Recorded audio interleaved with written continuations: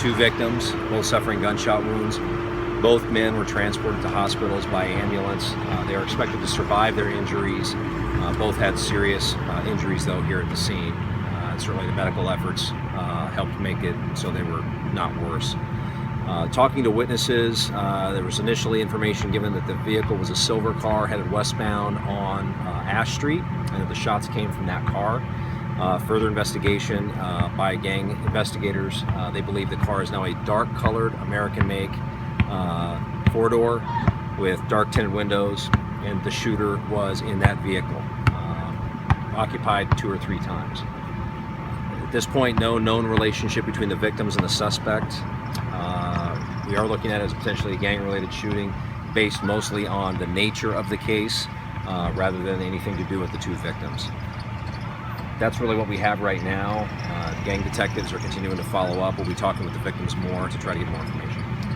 The school just up the road, neighbor mentioned maybe some cameras up that way. I'm not sure if you know of any cameras up that way at the school, or if it would have maybe caught anything. Well, one of the things investigators are asking for people in the neighborhood to do is if they do have surveillance or they know of surveillance, is to let the police know. We know that home surveillance systems are now becoming much more common, and that oftentimes that can contain something that will help the investigators with either a vehicle speeding by or people running by, something like that.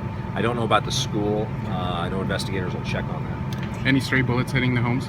Apparently one round hit an unrelated apartment, didn't do any damage of significance. There was somebody inside, but it didn't hit anybody. That's the concern we have with the number of shootings that we've had this year and last year, is there's a lot of rounds being fired that are not hitting people.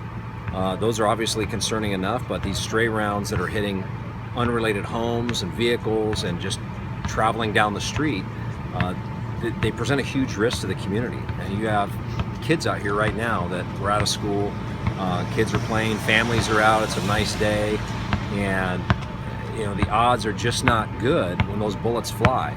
You're going to hit somebody and hurt them. Do you feel like these 2 people were the intended targets of the shooting based on your investigation so far? Based on the investigation, we believe these 2 are the intended targets. Now, whether or not the driver and the shooter knew them, we don't know. It doesn't appear that there was anybody else out here that was being targeted. Investigators will look to define if there's a relationship here, if these 2 men are gang affiliated, or if somehow there's a dispute between them and someone else.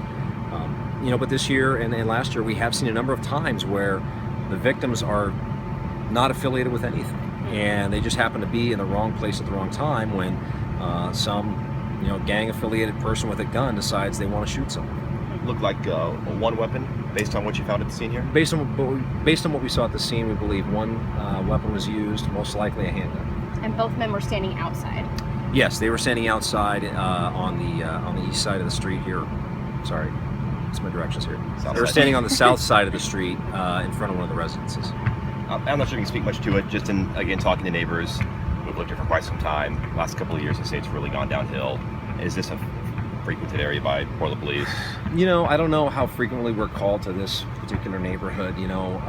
What we've seen with gun violence is it really knows no boundaries. And we see it in North Portland, we see it in Southeast Portland, we've seen it downtown Portland. And so we don't have a, quote, bad neighborhood, end quote, that you can point to and say that's a really bad area. 20 years ago, I couldn't have said that. But right now, we do have a lot of safe neighborhoods that are unfortunately impacted by gun violence from time to time, this being one of them. As with the gang shooting, sometimes it's hard to get people to talk. Are you guys having that problem here? The witnesses that were here provided good information. It happens so quickly, and the vehicle's heading, away from the scene. We got conflicting information at first that was later cleared up. So we haven't had any issues with any witnesses cooperating. Certainly the victims may have information that they're able to tell us later after they get treatment. Our primary goal for them is, medical treatment first, interview second, and see if this case may be connected to others.